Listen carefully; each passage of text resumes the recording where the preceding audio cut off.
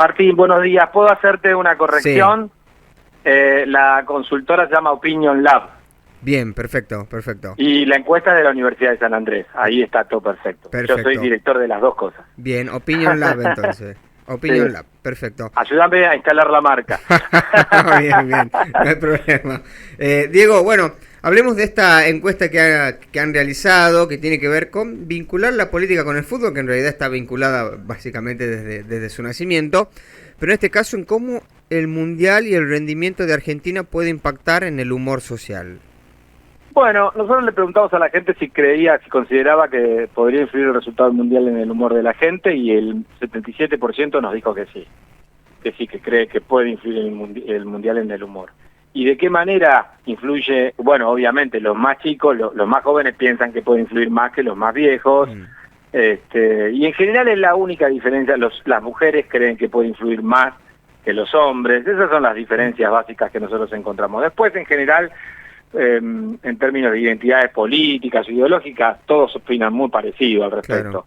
Entonces de ahí surgen dos cosas. En principio, ¿en qué medida esto puede afectar o no? Bueno, o cómo lo hace, ¿cómo? A través de la conversación pública. ¿Qué quiero decir con esto? Acerca de las cosas que hablamos. No hablamos de inflación, no hablamos de desocupación, no hablamos de inseguridad, hablamos del Mundial. Y esto nos hace un poco bien de alguna manera, porque descomprimimos un poco todas esas otras fuentes de preocupaciones que nos saturan desde hace ya varios años. Entonces es como un descanso. Esto nos genera un poco de humor, pensando que además el Mundial en vez de en junio es en noviembre, diciembre, quizá, dependiendo del resultado, contingente al resultado de la selección, haga que estemos la fiesta con mejor onda, menos peleas, que en la calle, si tenemos un problema en el tráfico, discutamos menos, si vamos a la panadería, hagamos comentarios fuera de las preocupaciones políticas, sociales y económicas cotidianas. Entonces, en ese sentido, vía el cambio de la conversación pública, afecta el humor de la gente de una manera, yo diría positiva de alguna manera, ¿no? A ver, pero cuando le preguntamos a la gente, cuando le preguntamos a la gente si cree que entonces esto que estamos diciendo y puede impactar en las próximas elecciones, ahí ya la cosa cambia, ¿no? Más de la mitad, o sea, el 56% de las personas nos dijeron que poco o nada influirá en las elecciones, solo un cuarto nos dijo que podría llegar a influir en las elecciones. Claro. Pero esto es muy claro. Esto puede cambiarnos el humor, nos cambia la conversación pública, pero de ninguna manera hará que nuestras preferencias políticas se modifiquen, y menos considerando que el Mundial es en noviembre, diciembre, y las elecciones van a ser en agosto, octubre del año que viene. Cuando estemos en agosto, octubre y nos demos vuelta para ganar el Mundial habrá quedado tan lejos que no creo que tenga un impacto en la forma en que nosotros percibamos la realidad política y social. Claro, a ver, como para que se entienda, así entremos en detalle, Diego, a ver. La Argentina gana, llega a la final, se consagra campeón, la gente está contenta, por supuesto. Vos les das buenas noticias y la gente las toma de una manera muy positiva, es decir, más positiva de lo que lo tomaría normalmente. Ahora vos les das malas noticias y esto atenúa un poquitito la recepción de las malas noticias, pero no... En cuanto al humor social, en cuanto a lo que le impacta personalmente, pero de ninguna manera hará que cambien sus preferencias políticas. Esto es muy claro. Bien, perfecto. Me parece que el factor tiempo también es determinante, ¿no? Diego lo mencionaba recién. Si el Mundial fuera, si las elecciones fueran en el 20 de diciembre y Argentina sale campeón del mundo, quizás el panorama es otro. No, claro, por supuesto, pero eso no sucede. De hecho, el ejemplo inmediato que tenemos, bueno, no tan inmediato, pero es en el año 86, Argentina sale campeona del mundo, y en el año 87 el gobierno pierde las elecciones de medio término, pierde las elecciones de gobernador en la provincia de Buenos Aires, generando ya un cambio, una inercia muy grande de cara al 89, con un campeonato del mundo, ¿no? Sí. A ver, para que quede claro, entonces no hay correlación entre ganar un mundial y lamentar las posibilidades del oficialismo o la oposición de ganar de ser reelegidos. No, de ninguna manera. Bien, bueno, ese es un dato no menor. Ahora, a ver, ¿qué relación cree que hay en términos generales, ¿no? Entre la política y el deporte? Aquí podemos situar que hay algunos referentes del mundo del fútbol, que por ejemplo Mauricio Macri llegó a ser presidente, es decir, vínculos evidentemente los hay. Sí, por supuesto, porque te dan popularidad. Mauricio Macri cimentó su carrera política a partir de ser presidente de Boca Juniors, uno de los clubes más populares de Argentina. Sí, sí. De hecho, hoy muchos dirigentes políticos y sindicales se refugian en las estructuras de los clubes, ¿no? Por varias razones. Primero, por visibilidad. Segundo, porque los despolitiza un rato, sobre todo cuando la política tiene, digamos, una baja consideración pública. También porque hay muchos recursos en juego ahí, ¿no? Claro. Y entonces esto les permite cimentar una candidatura a intendente, a diputado, a senador. Bueno, ustedes han tenido el caso en Atlético de Tucumán, ¿verdad? Sí, El presidente Atlético de Tucumán fue candidato a intendente de la ciudad, ¿verdad? sí, por supuesto. Hoy es Entonces, representante bueno, del Congreso también. Claro, esto sucede permanentemente.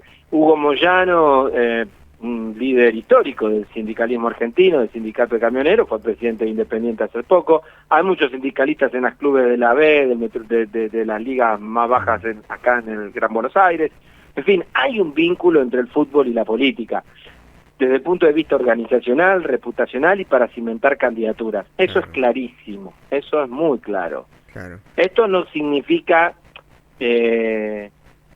¿puede traer más votos? Bueno, en la medida en que de vuelta hagas bien las cosas, Claro, gestiones bien y demás, pero al protagonista, de ninguna manera un campeonato del mundo, eso podría, supongamos, no creo que sea el caso, ¿no? Sí. Pero un campeonato del mundo podría hacer que la gente pida Scaloni, ¿viste? Para, qué sé yo, cualquier locura. O no creo que a Chiquitapia, pero sí. Les mejora la reputación, la imagen a los deportistas, y muchos de ellos entonces pueden, a partir de esa reputación, lanzarse al terreno político con un plus que los políticos no tienen. Eso es claro. Pero ahora, no hay muchos ejemplos en Argentina de deportistas que después hayan querido dedicarse a la política. Bueno, tenemos, qué sé yo, ¿Hay algunos? Sí, bueno, el secretario de Deporte de la provincia de Buenos Aires es Chino Tapia, que fue mundialista del 86, por poner un ejemplo. Daniel Scioli, campeón de deporte menor, digamos, ¿no? Motonauta, gobernador de la provincia de Buenos Aires, candidato a presidente. Carlos Reutemann, es nuestro piloto de Fórmula 1, que creo que no hemos tenido nuevamente otro piloto de Fórmula 1 tan internacional y tan conocido como él, gobernador de Santa Fe, senador por Santa Fe. Hay casos, ¿no?, de deportistas que han ido a la política y no les ha ido mal. Scalmarini, para poner a alguien ahora más vinculado al poder, ¿no?, el suegro de Massa, creo que fue maratonista, fondista y después fue secretario de Deporte de Carlos Menem, ¿no? Sí, bueno, así que hay casos, digamos, ¿no? Sí, es una cuestión habitual, ¿no?, que la política y el deporte, sobre todo el fútbol, esté relacionado. Y ahí, para entrar en un terreno que es más complicado... pero este vínculo se da del mismo modo que con los empresarios, que con otras actividades, por la popularidad que te da la actividad, que la podés capitalizar políticamente, porque al tener tanta popularidad y ser conocido, facilita muchísimo las cosas desde el punto de vista político. Claro, acá nos recordaba una compañera de Emilia, el Colorado McAllister, también, dirigente de Juntos por el Cambio. Bueno, ahí está, candidato a gobernador de La Pampa. Exactamente.